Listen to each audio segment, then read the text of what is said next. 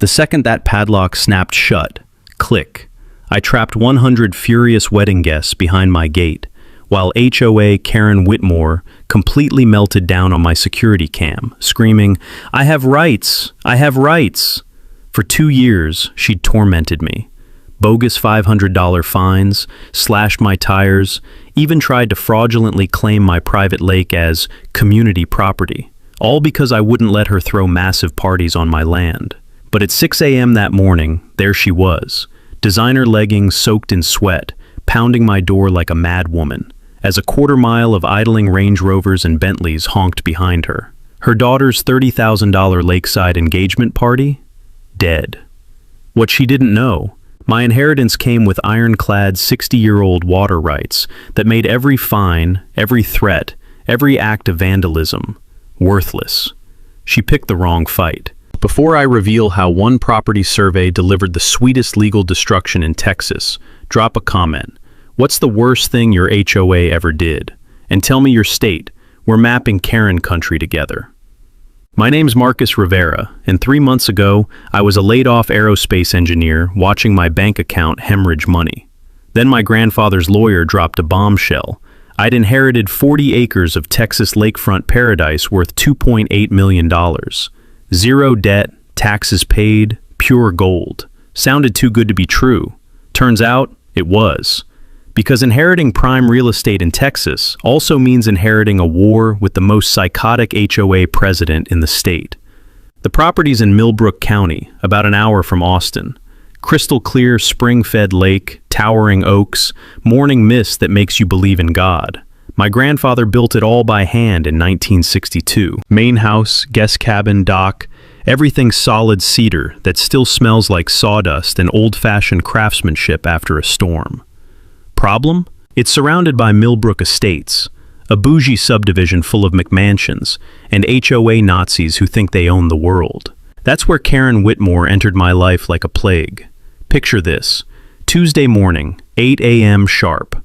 Pearl white Escalade roars up my gravel driveway, engine running, spewing diesel fumes that mix with the sweet honeysuckle smell drifting from my fence line.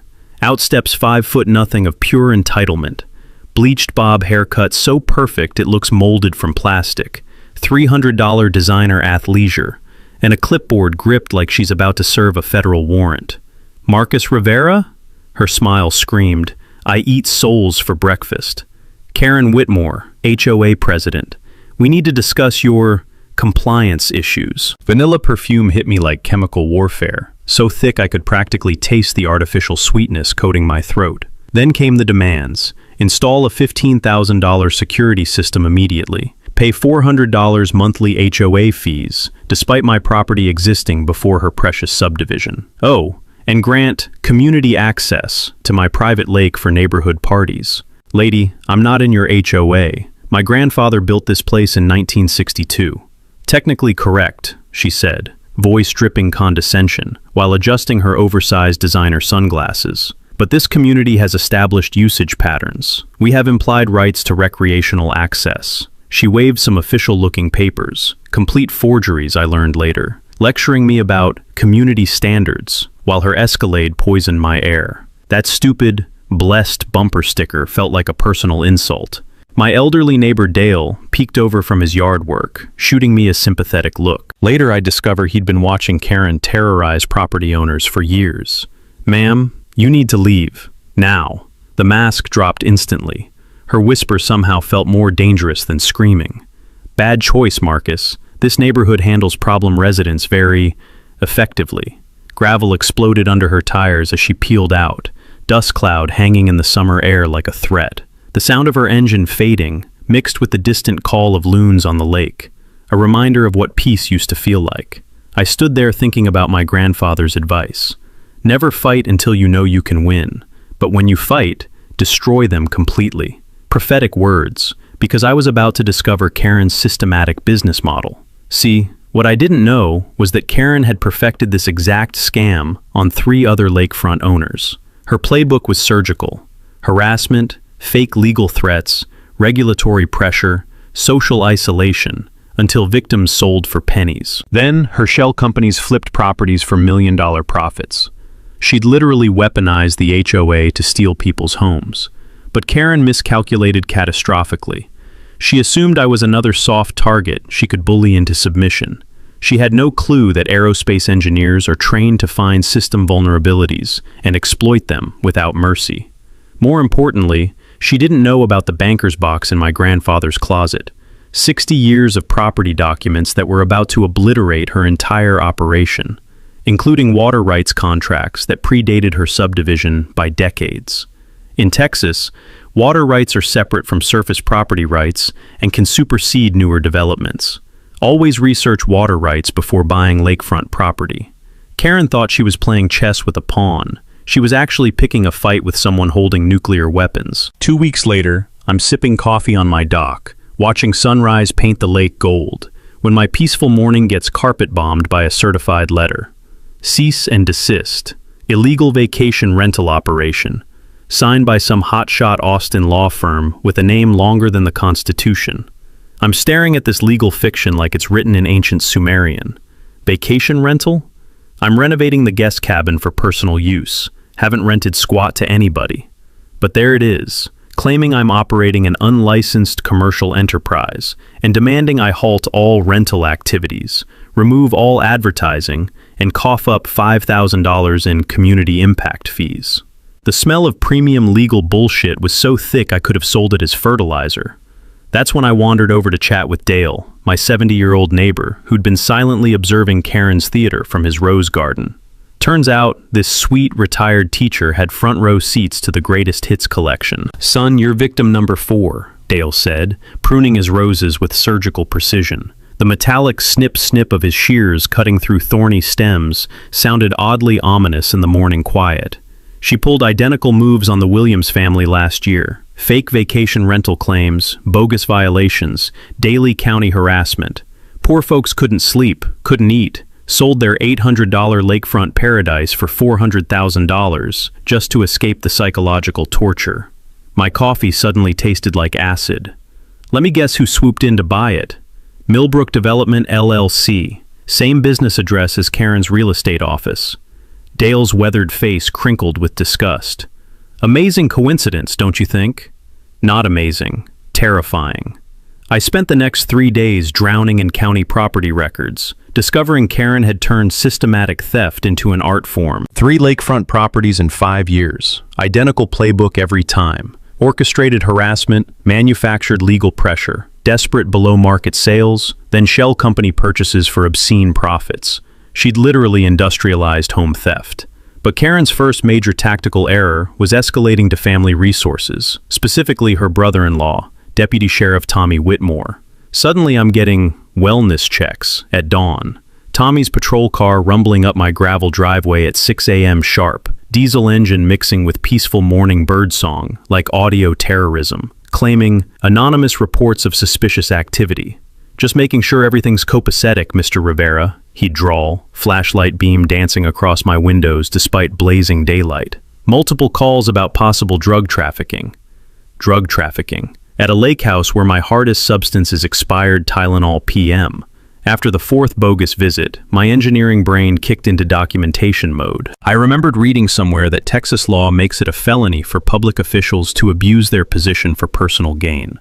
Every timestamp, every photo, every audio recording went into my rapidly expanding evidence file. Then came the EPA blitzkrieg. Anonymous complaints claiming I was contaminating protected waterways with renovation runoff. Environmental inspectors invaded unannounced, testing crystal clear water that's been pristine since the Eisenhower administration. The bureaucratic paperwork alone could have deforested Montana. Karen's tactical masterpiece was weaponizing noise ordinances. Legal construction work, properly permitted, reasonable hours, suddenly became community peace violations. Tommy would materialize like a bad rash with his decibel meter, the electronic beeping creating surreal harmony with legitimate power tool sounds. More neighbor complaints, he'd announce with barely concealed smugness. Excessive noise disrupting residential tranquility. The complaining neighbor? Karen's McMansion sits 400 yards away through dense oak forest. She couldn't hear my nail gun if I was building the Pentagon. Time for strategic counterattack.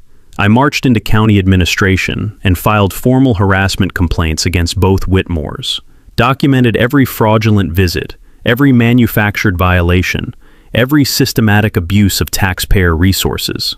Betty, the granite-tough county clerk who'd survived 40 years of local politics, reviewed my mountain of evidence and whistled low.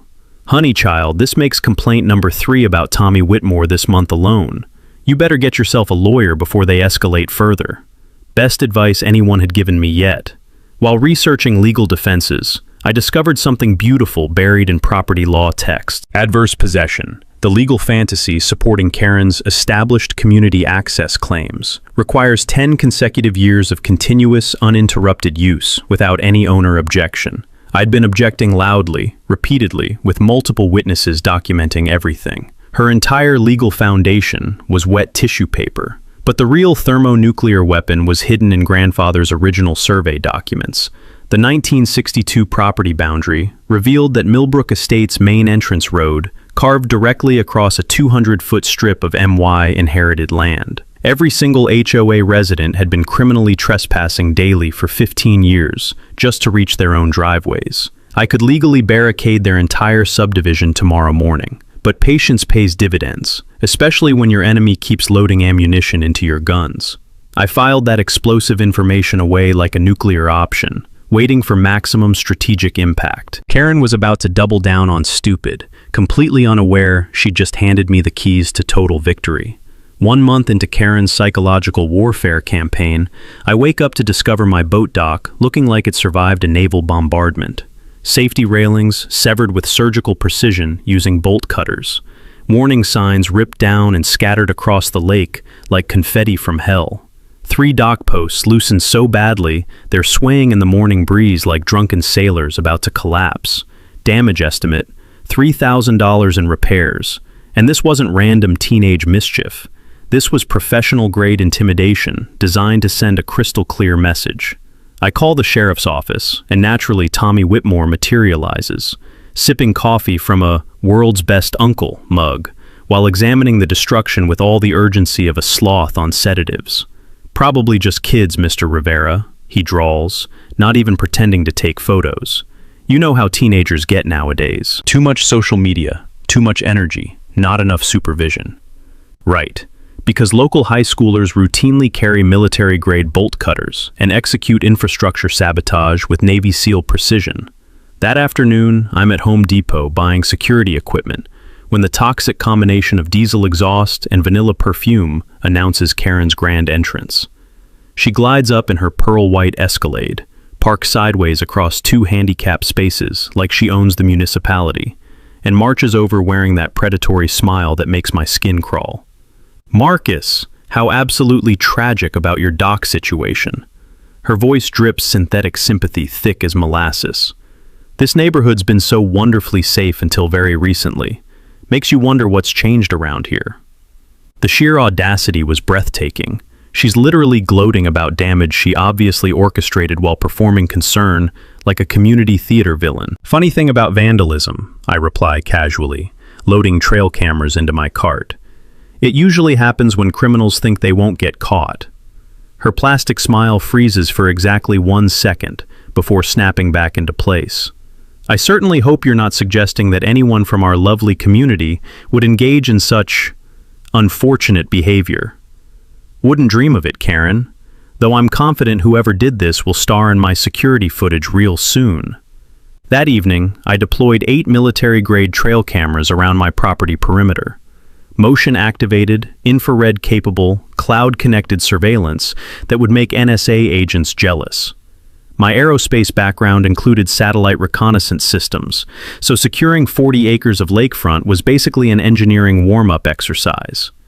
The cameras delivered faster than Amazon Prime.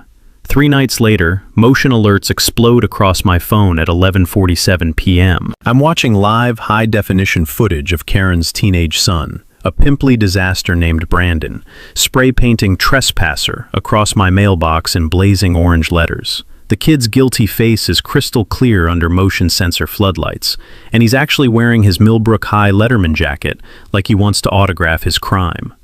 Next morning, I stroll over to Karen's McMansion palace, carrying printed screenshots and my most innocent smile. "Good morning, Karen.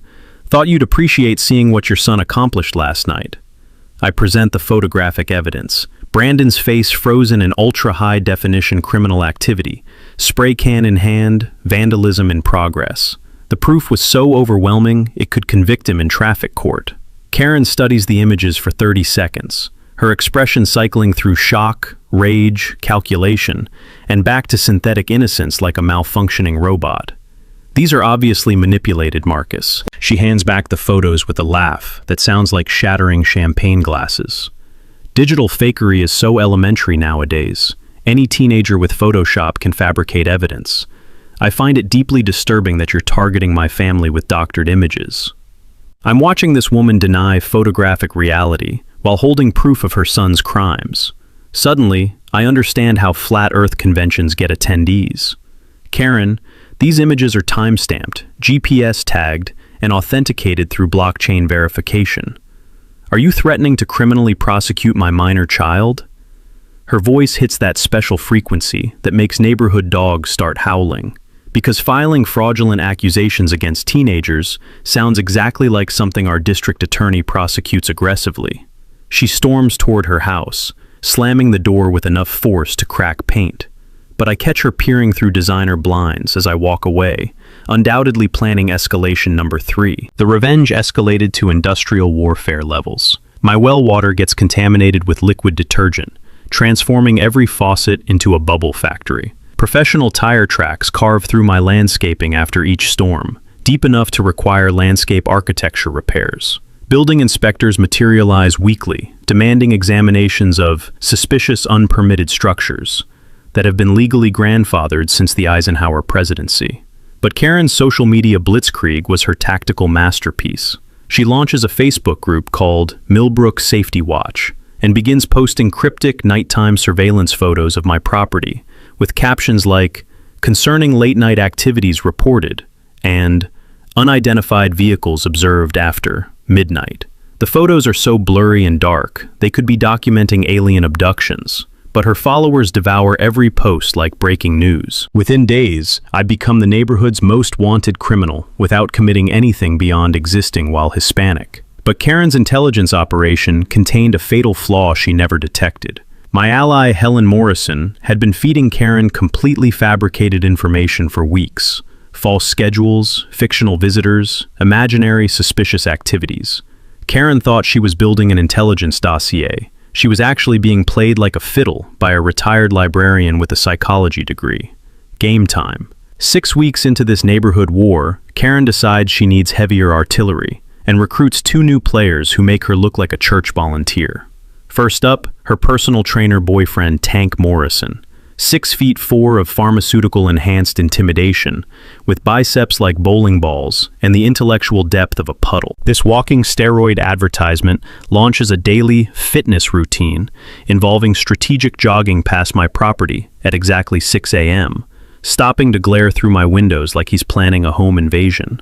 The rhythmic thud of his combat boots against my gravel driveway becomes my new alarm clock, mixing with peaceful morning bird songs like a psychological warfare playlist. Tank makes zero effort to disguise his surveillance mission. He'll pause at my fence line, perform elaborate stretching routines while studying my security cameras, then continue his workout with all the stealth of a freight train. But Tank's just the hired muscle. Karen's real masterstroke involves seducing County Commissioner Bradley Walsh, a corrupt politician so dirty he makes carnival barkers look trustworthy.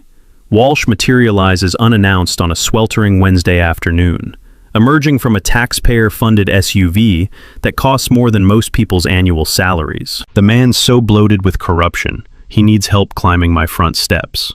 "Mr. Rivera, the county's received disturbing reports regarding potential zoning violations," Walsh announces, consulting official paperwork, while perspiration stains spread across his expensive polo shirt like a roadmap of guilt. "We may need emergency rezoning for public safety considerations." Public safety. Political speak for, Karen wants your land, and I'm the government muscle helping steal it. That evening, I dive deep into Walsh's background and strike gold. Our beloved commissioner owes Karen's ex-husband $40,000 from a strip mall investment that collapsed faster than a house of cards in a hurricane. Suddenly, his eagerness to prostitute county resources makes crystal clear sense. He's not helping Karen from friendship. He's trading political favors to settle gambling debts. The harassment escalates to industrial-grade psychological warfare. County snowplows accidentally demolish my mailbox in blazing July heat. In Texas, where snow appears about as frequently as honest politicians, Walsh's building department suddenly demands updated seismic impact assessments for structures built during the Eisenhower administration. My professionally installed septic system mysteriously requires emergency health inspections every 10 days. Then Karen targets my financial lifeline. She manipulates First National Bank into investigating my accounts for suspicious transaction patterns, suggesting money laundering or narcotics trafficking. Bank manager Preston Hartley, a nervous weasel who sweats through expensive suits, summons me for an urgent compliance meeting in his wood-paneled office that smells like fear and cheap cologne. Mr. Rivera, our automated systems flagged unusual cash deposits inconsistent with your stated employment profile. Preston stammers, shuffling documents like he's handling radioactive waste. Federal regulations require us to report potential financial crimes, unusual cash deposits, weekend contracting work to afford legal fees, completely legitimate income that any competent banker would recognize instantly. But Preston had approved Karen's shell company loan for the Williams property acquisition, making his cooperation suddenly logical. I'm battling a coordinated criminal enterprise masquerading as community leadership. Time to assemble my own war council. Dale connects me with his nephew Jake, an honest deputy sheriff who's been secretly documenting Tommy Whitmore's corruption for months. Jake's disgusted, watching his department's reputation get destroyed by one dirty cop selling badges for bribes. Uncle Tommy's been running Karen's personal errands for 2 years, Jake reveals, showing damning photographs of patrol cars parked at Karen's real estate office during official duty hours. Internal Affairs is building termination proceedings, but they need bulletproof evidence. Perfect timing. My security footage captured Tommy conducting fraudulent inspections. Audio recordings documented his manufactured violations. Timestamped logs proved systematic harassment patterns. I'd been accidentally building a federal case file. My attorney introduces me to Linda Lucy, a retired federal prosecutor who smells conspiracy cases like bloodhounds track escaped convicts. Marcus, this transcends HOA harassment. We're examining RICO territory here, Linda announces, reviewing evidence with predatory enthusiasm. Organized criminal enterprise exploiting government resources for personal enrichment. We're discussing federal indictments, asset seizures, significant prison sentences. But the thermonuclear weapon arrives via Freedom of Information Act requests for county communications mentioning my property. Walsh was catastrophically stupid enough to coordinate his corruption through official government email systems. The digital evidence reads like a criminal mastermind's instruction manual. Escalate regulatory pressure until target capitulates to below-market sale. Coordinate with Sheriff Department for maximum intimidation impact. Acquisition timeline. Force sale within 60 days maximum. Karen and Walsh had literally documented their conspiracy using taxpayer-funded communication networks. The smoking gun email makes my engineering heart sing opera. Engagement celebration will demonstrate established community lake access. Target 100+ attendees to create adverse possession legal precedent. Karen planned using her daughter's engagement party as evidence for stealing my water rights, bringing witnesses to prove community access that never legally existed. She just handed me the perfect legal bear trap. 14 days until party execution. Time to activate the nuclear option. While digitizing my grandfather's papers for the legal team, I'm drowning in decades of meticulously organized documents when a manila envelope catches my attention. Water rights. Permanent. Written in his careful engineer's handwriting, filed separately from everything else like it was special. The musty smell of old paper, mixed with cedar storage, hits me as I slide out a document that makes my hands literally tremble. The original 1960 water rights contract with the state of Texas. I'm reading legal language that changes everything.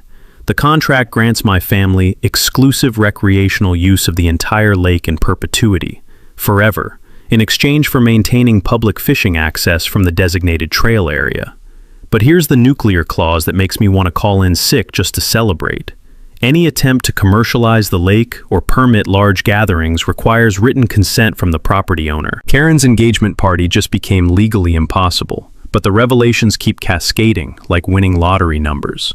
The original subdivision plat shows the lake access road, the exact route every HOA resident uses daily, crosses my property without any recorded easement. For 15 years, Millbrook Estates has been committing mass trespassing just to reach their own mailboxes. I call Linda Lucy immediately, my voice actually shaking as I read contract language over the phone, while she makes excited prosecutor sounds. "Marcus, this is a legal thermonuclear device," Linda practically sings. "Texas Water Code Section 11.021 explicitly protects exclusive use contracts predating subdivision development. Karen's HOA never possessed any lake rights. Not implied, not adverse possession, absolutely nothing. The irony tastes sweeter than victory champagne. Karen spent 2 years systematically trying to steal property rights that were legally impossible for her to obtain. She was essentially attempting to rob a bank vault that never existed. Strategic recommendation," Linda continues, her voice sharp with prosecutorial hunger. "Instead of immediately blocking the party, let Karen invest maximum resources first. Time, money, reputation. Then detonate the trap with maximum witnesses present, preferably including media coverage. Psychological warfare perfection. Let your enemy commit completely before revealing they've been fighting an already lost battle." I spend the following week consulting Dr. Patricia Vance, Austin's premier water rights specialist. She reviews grandfather's contract with the reverence of someone examining the Constitution. "Your family's exclusive use rights supersede any HOA claims by multiple decades," Dr. Vance confirms. "The state issued this agreement before subdivision development was conceptually planned. It represents grandfathered protection that cannot be challenged or modified without your explicit written consent." The research reveals even broader power. Property owners holding exclusive water rights have successfully blocked corporate developments, municipal projects, even federal initiatives. I'm wielding legal authority that city governments cannot override. Karen's entire 2-year harassment campaign was doomed before it started. The final revelation emerges from detailed property survey analysis. Those 1962 boundary markers prove that Millbrook Estates' main entrance road carves directly across 200 feet of my inherited land. Every single resident commits criminal trespassing daily, just accessing their own homes. I could legally barricade their entire subdivision tomorrow morning, but Linda's strategy represents psychological artistry. Let Karen orchestrate the complete party, invest her social reputation, hire professional catering, then publicly obliterate everything with maximum humiliation impact. The engagement celebration becomes our courtroom, Linda explains. Karen brings 100+ witnesses who observe her claims getting legally annihilated in real time. Public embarrassment plus criminal exposure plus financial devastation. The ultimate justice trifecta. Perfect timeline. 2 weeks for Karen to invest maximum resources, build maximum expectations, stake maximum credibility on illegal lake access fantasies.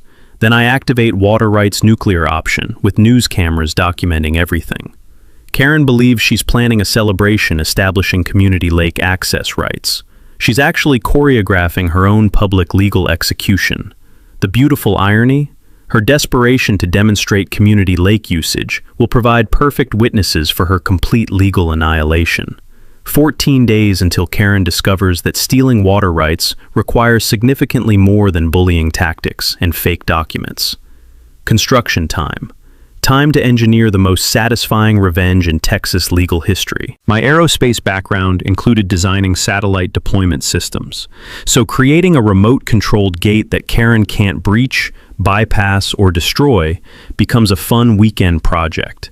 I'm talking military-grade steel frame, buried power cables immune to sabotage, smartphone app control from anywhere on Earth, plus backup manual locks that would challenge a Navy SEAL demolition team. The hardware store cashier looks confused as I load up $3,200 worth of industrial steel, concrete mix, and electronics. Building a fortress, Marcus? Something like that, I grin, knowing I'm about to construct Karen's legal Waterloo. Installation happens under cover of darkness like a covert military operation. Generator-powered floodlights turn my property into a construction zone, while I work with the precision of someone building spacecraft. The gate mechanism uses standard garage door opener motors, connected to industrial-grade chain drives, technology any homeowner could Google and replicate for their own property protection. The engineering beauty lies in the buried infrastructure. Power cables run 6 feet underground in armored conduit, impossible to cut without excavation equipment.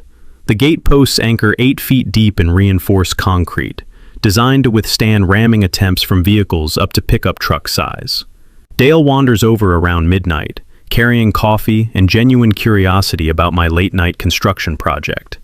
"Looks impressive, son. What's the plan here?" "Security upgrade," I explain, testing the smartphone app that controls gate operation from anywhere with cell service. Karen's been escalating her harassment, so I'm escalating my property protection. Dale's weathered face creases into a knowing smile. "Timing's interesting. What with that big party coming up?"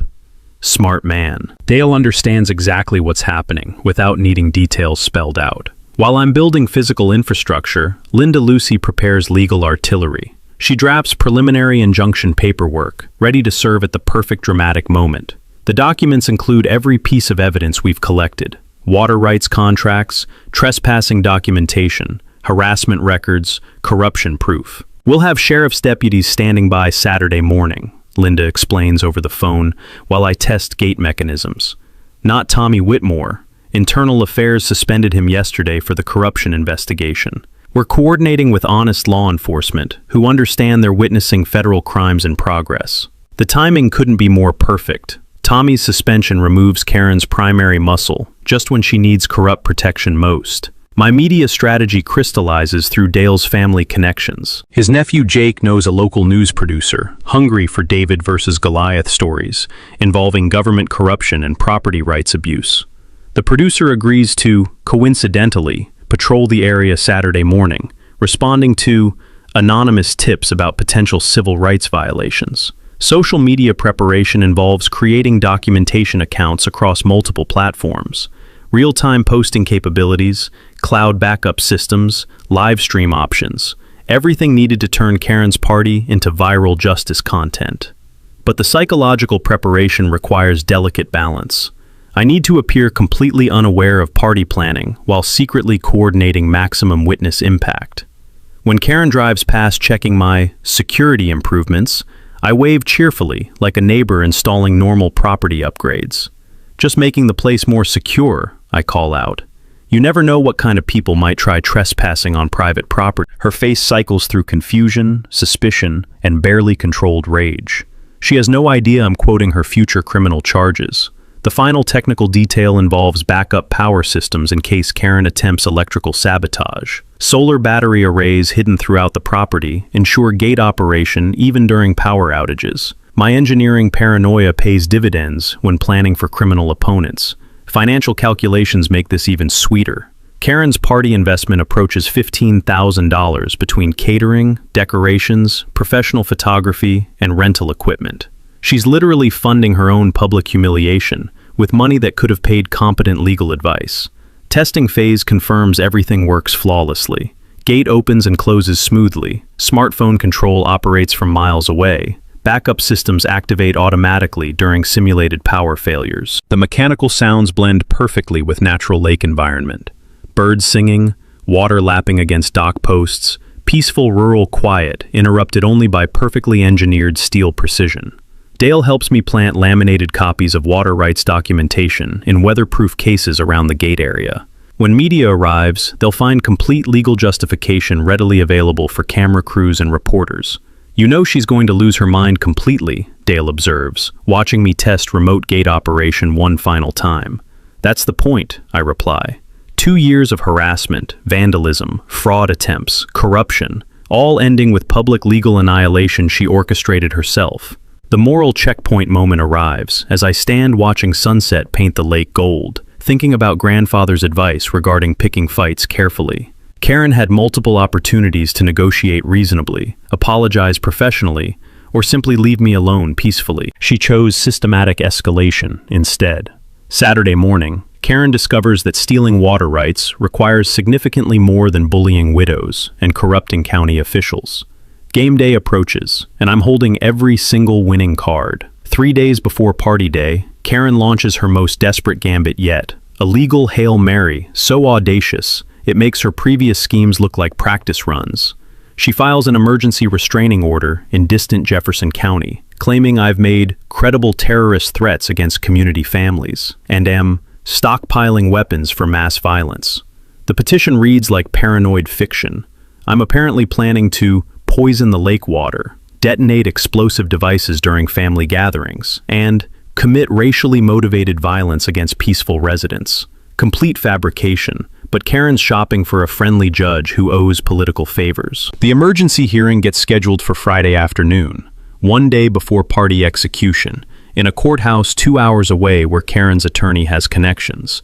Judge Clemens owes his election to campaign contributions from Karen's real estate network, making this venue selection strategically brilliant and completely corrupt. Linda Lucy calls me Thursday night, voice tight with controlled fury. Karen's playing nuclear option politics, Marcus. She's betting a distant judge will issue emergency orders based on manufactured evidence before we can properly respond. What's our counter strategy? I'm driving 4 hours tomorrow to defend this case personally, Linda growls. And I'm bringing documentation that'll make Judge Clemens question his legal career choices. Friday afternoon, Linda and I sit in Jefferson County Courthouse, watching Karen perform her greatest acting achievement. Designer court outfit, crocodile tears, trembling voice describing her terror about my increasingly unstable behavior, and obvious preparation for violence.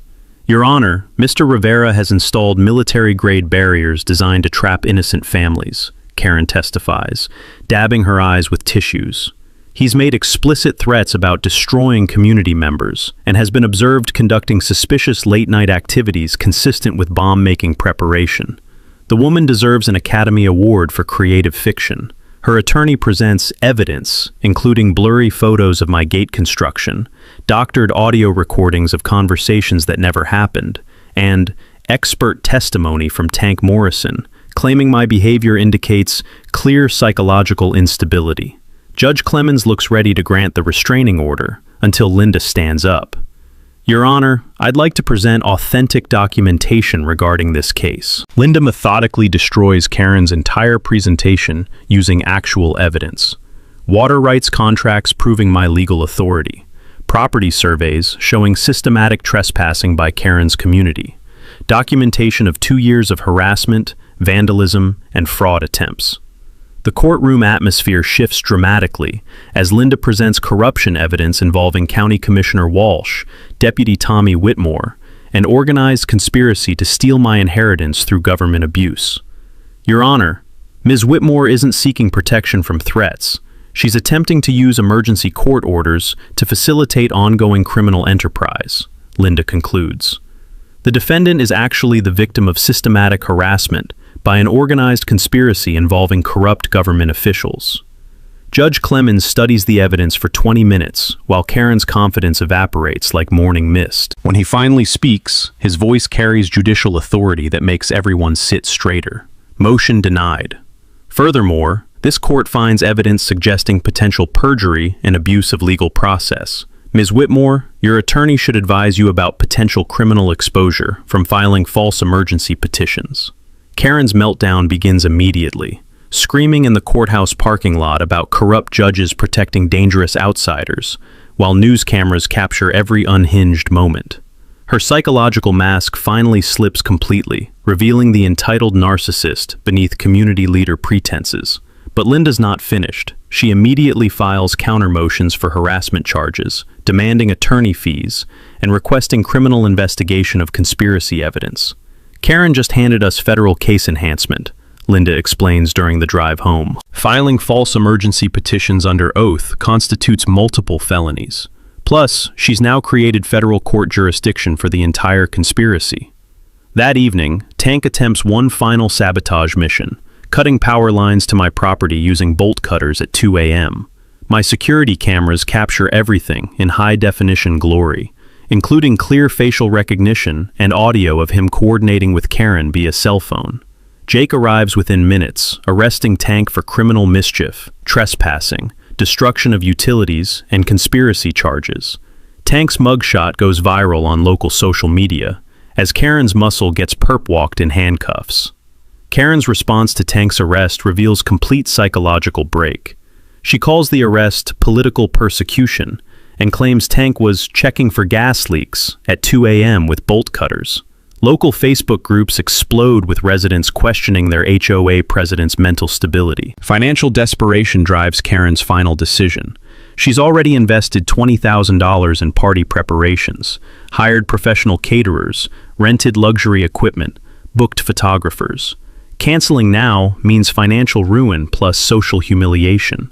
Her daughter threatens to call off the engagement if the party gets ruined.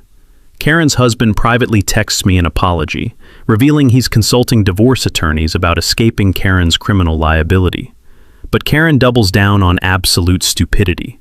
Despite court defeats, Tank's arrest, mounting criminal evidence, and community backlash, she announces the party will proceed as scheduled. Saturday morning approaches with Karen facing criminal charges, financial ruin, family collapse, and community exile. And she still thinks she can steal my lake.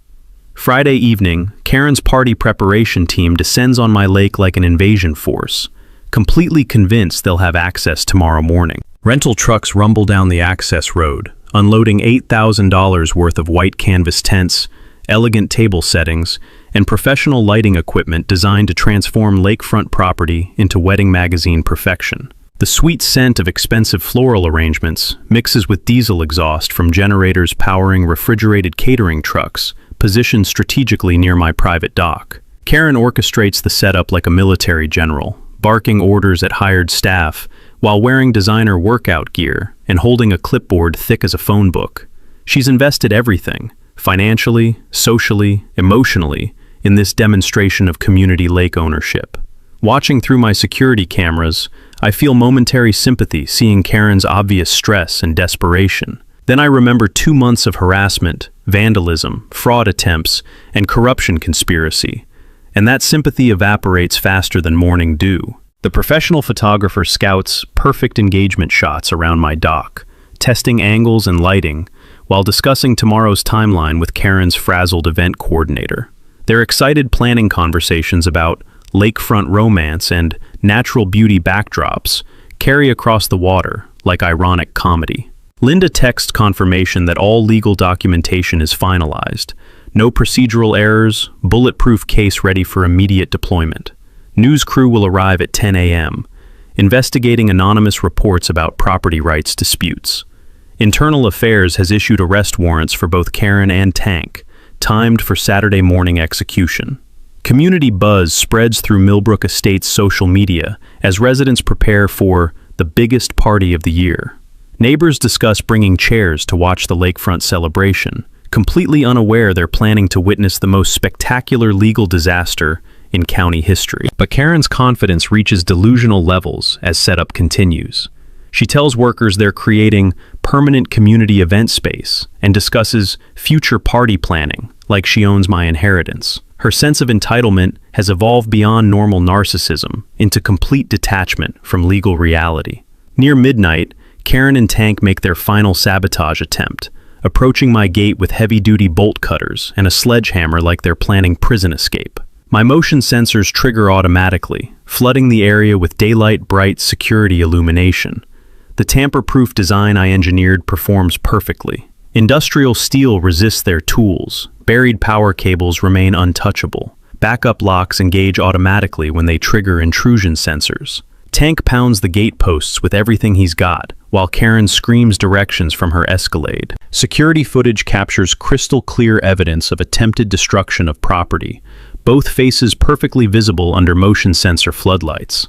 Their coordination conversation gets recorded in studio-quality audio as Karen shouts instructions about removing illegal barriers. I file police reports immediately with night shift dispatch, providing video evidence of attempted property destruction. Arrest warrants get updated to include Friday night criminal activity, creating an impressive stack of charges for Saturday morning service. Karen's panic escalates to psychological breakdown territory when she realizes the gate is permanently installed, professionally engineered, and impossible to remove without industrial equipment. Her investment of pride, money, and reputation in tomorrow's party creates unbearable pressure with no escape options. Desperate measures include attempting to hire emergency locksmith services at 1 a.m., offering $5,000 cash for urgent gate repair. No legitimate company responds to middle-of-the-night requests involving obvious property destruction, leaving Karen with zero options except accepting defeat or proceeding with impossible plans. Social media meltdown begins as Karen posts increasingly unhinged messages on neighborhood apps, begging for help removing illegal barriers and claiming emergency family medical situation requires immediate lake access. Community responses range from confusion to alarm about their HOA president's mental state.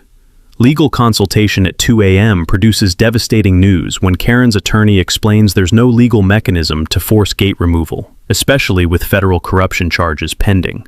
Karen faces potential prison time, asset forfeiture, and professional ruin regardless of party outcomes. Financial pressure reaches critical mass with sunk costs exceeding $20,000, cancellation fees that would bankrupt party budgets, and vendor contracts requiring payment regardless of access issues.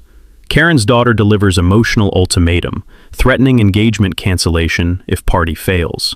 Family implosion accelerates as Karen's husband privately contacts me through Dale, expressing genuine apologies and revealing he's consulting divorce attorneys about escaping Karen's criminal liability. Marriage survives many challenges, but federal conspiracy charges test even strong relationships. Karen takes prescription sleeping medication, sets 6 phone alarms for 5 a.m. gate inspection, and spends restless night alternating between panic attacks and rage fantasies about forcing access through pure determination. Technical systems perform flawlessly during final testing. Smartphone gate control operates from anywhere. Cloud backup storage preserves all evidence. Battery systems maintain power during simulated outages. My engineering paranoia creates unbreachable security, protecting both property and legal case. Emotional preparation involves accepting that tomorrow changes everything permanently. Karen's systematic harassment ends. Community harassment stops. But neighborhood relationships never recover completely. Victory carries costs beyond legal satisfaction. Weather forecast delivers perfect conditions. Sunny skies, 78 degrees, 0 precipitation probability. Mother Nature refuses to provide Karen any last-minute party cancellation excuses. Both sides prepare for Saturday morning confrontation that ends this 2-year war definitively. Dawn approaches with Karen holding losing cards she refuses to acknowledge. Saturday morning, 7 a.m. sharp, game time. The first cars arrive early, immediately confused by the locked steel gate blocking access to what Karen promised would be community celebration space. I'm sipping coffee on my deck, watching through security cameras as a convoy of luxury SUVs backs up along the rural road like expensive dominoes. Karen's Escalade roars up at 7:15, her desperation visible from 200 yards away. She explodes from the driver's seat, wearing a $500 party dress and panic expression, immediately attacking the gate with crowbar fury, like she can force steel to obey social pressure. The engineering holds perfectly. Industrial materials resist her amateur destruction attempts, while backup systems engage automatically, creating digital evidence of property damage in real time. By 8 a.m., 40 vehicles sit trapped behind my locked gate, blocking county road access for normal traffic. Elderly relatives from out of state call Karen, asking for directions, while confused family members wonder why the community lake access requires criminal trespassing. Guest frustration escalates rapidly as Karen screams into her phone, coordination completely collapsed. Wedding photographer arrives expecting lakefront paradise, discovers legal nightmare instead. Catering trucks can't reach setup areas. Expensive floral arrangements wilt in morning heat. Professional event planning disintegrates into chaos. Karen's Facebook Live meltdown goes viral instantly as she broadcasts rage directly to social media. "This is my right! My community's right! He can't steal our lake!" she screams at camera phones, completely unhinged while guests document her psychological breakdown. Perfect timing. Channel 8 news crew arrives at 9:30, coincidentally, investigating anonymous reports about property rights dispute. Reporter Jessica Martinez begins interviewing stranded guests, while camera operator captures Karen's continuing meltdown for evening broadcast. The legal nuclear option activates at exactly 10 a.m. Process server Dale Jenkins approaches Karen's Escalade, carrying official harassment charges, conspiracy indictments, and federal fraud accusations. Karen served criminal papers on live television while screaming about government conspiracy and illegal persecution.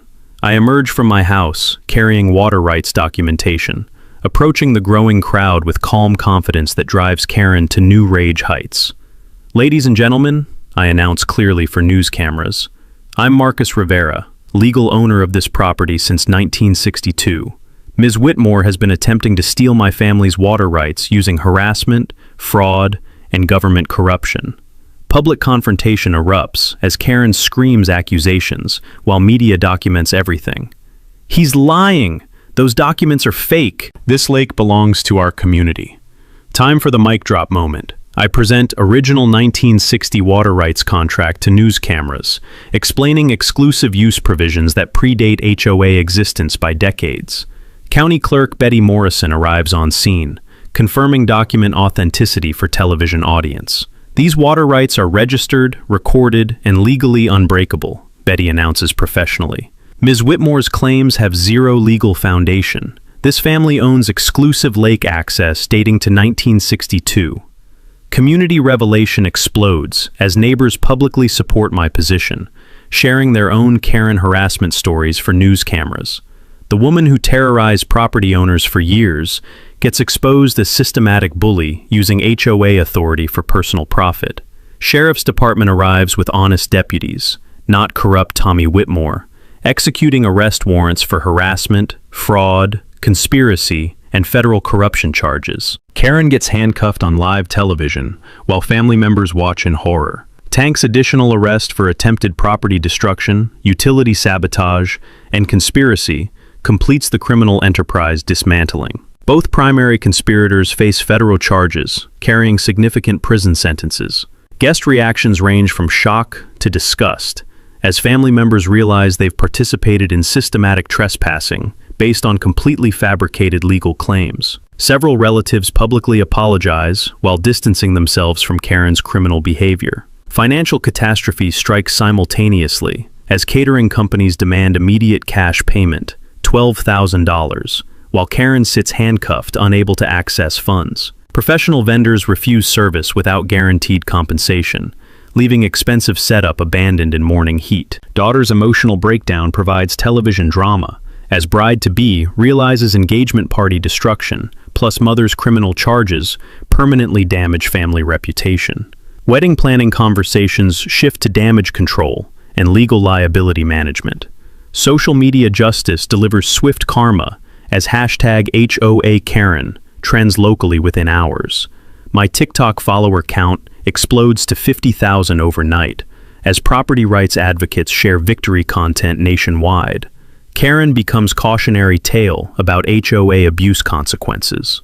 Legal victory speech concludes with community healing gesture. This lake returns to its original purpose, public fishing access as my grandfather intended, managed responsibly without HOA interference. News coverage captures perfect David versus Goliath narrative, as honest property owner defeats corrupt establishment through legal preparation and engineering intelligence. State media outlets request interviews about HOA abuse and property rights protection. The gate reopens within 24 hours for legitimate public fishing access via designated trail, honoring grandfather's original community vision without enabling HOA exploitation. Karen's 2-year harassment campaign ends with federal indictments, financial ruin, family destruction, and community exile. Justice tastes sweeter than expected. 5 months later, life around Millbrook Lake has transformed completely. Karen's consequences arrived swiftly and comprehensively. Emergency HOA board vote removed her from presidency within 48 hours of arrest. She faced 6 months county jail, plus federal conspiracy charges carrying 2-year minimum sentences. Financial ruin from legal fees, party costs, and victim restitution destroyed her real estate empire permanently. The divorce finalized quickly, as her husband chose family reputation over criminal marriage. Karen's daughter maintained relationship with father while cutting all contact with mother, understanding that association with federal criminal carries permanent social costs. Karen currently works part-time retail at discount stores, living in government housing, banned from all HOA positions statewide. Her attempts at community rehabilitation consistently fail as background checks reveal conspiracy convictions and fraud history. But transformation extends far beyond individual consequences. Millbrook Estates elected completely new HOA leadership, committed to legitimate community service instead of property theft schemes. Reformed bylaws prevent harassment campaigns, require financial transparency, and establish independent oversight preventing future corruption. The Lake Conservation Project exemplifies positive change, as I partnered with Reformed HOA on legitimate environmental protection. $75,000 federal grant funding supports water quality monitoring, fish habitat restoration, and public education programs honoring grandfather's original conservation vision. Public fishing access operates exactly as intended. Free community resource managed responsibly, without exploitation. Local families enjoy weekend fishing. Environmental education programs teach lake ecology. Peaceful coexistence replaces systematic harassment. Educational components flourish through monthly property rights workshops, helping other harassment victims understand legal protections and enforcement options. My experience becomes template for defeating HOA abuse through documentation, legal preparation, and strategic patience. Legal precedent protection emerges as our case gets cited in subsequent property disputes across Texas. Karen's systematic defeat establishes jurisprudence protecting water rights, preventing adverse possession fraud, and criminalizing government corruption in property theft schemes. Business opportunities develop naturally, as consulting work helping property owners fight HOA abuse provides meaningful income while serving community justice. Aerospace engineering skills translate perfectly to legal strategy, documentation systems, and technical property protection. Media recognition continues expanding as State Attorney General features our victory in Property Rights Protection Campaign, educating citizens about legal remedies for government harassment. National property rights organizations request presentations about successful resistance strategies. Financial outcomes exceeded expectations, as property values increased 20% following resolution of access disputes and elimination of harassment environment. Peaceful community relationships attract quality residents, replacing previous toxic leadership culture. Personal healing required months of readjustment as constant vigilance becomes unnecessary habit. Checking mailboxes without anxiety, answering doors without preparation, sleeping through nights without security alerts. Normalcy returns gradually after systematic trauma. Community relationships flourish beyond conflict origins, as genuine friendships develop with neighbors who supported justice despite social pressure. Dale becomes surrogate family. Jake provides ongoing law enforcement cooperation. Linda remains trusted legal counsel for future challenges. Annual Lake Heritage Day celebration honors grandfather's original vision while celebrating community victory over corruption. Families enjoy fishing tournaments, environmental education, barbecue fellowship, positive traditions replacing harassment memories. Technical legacy inspires other property owners facing similar harassment as gate system becomes model for defensive engineering. My detailed documentation helps others prepare legal cases, security systems, and strategic responses to HOA abuse. The scholarship fund established using legal settlement money supports engineering students studying systems analysis and problem-solving approaches, skills essential for defeating organized harassment campaigns. Education remains best long-term protection against institutional abuse. Recent developments include Karen's failed appeal attempts and additional criminal charges for perjury during federal proceedings. Justice system continues holding her accountable while protecting future potential victims from similar schemes. Looking forward, this experience teaches valuable lessons about patience, preparation, and systematic documentation when facing institutional harassment. Victoria requires engineering mindset. Gather data, identify vulnerabilities, execute precisely, document everything. Property rights protection remains ongoing responsibility as new threats emerge regularly. Vigilance prevents future harassment, while community cooperation ensures collective security against organized abuse. Dale recently mentioned another lakefront property owner facing suspiciously familiar harassment patterns. Time to share knowledge and ensure Karen's playbook never victimizes another family. Speaking of property nightmares, wait until you hear about the HOA board president who tried foreclosing on a veteran's home over American flag display regulations. But first, drop comments sharing your worst HOA horror stories. I read every response and might feature the most outrageous examples in future videos. Subscribe for more property rights victories and justice stories that prove ordinary people can defeat corrupt systems through preparation and persistence. Hit that notification bell because bullies exist everywhere, but so does justice when good people refuse to surrender.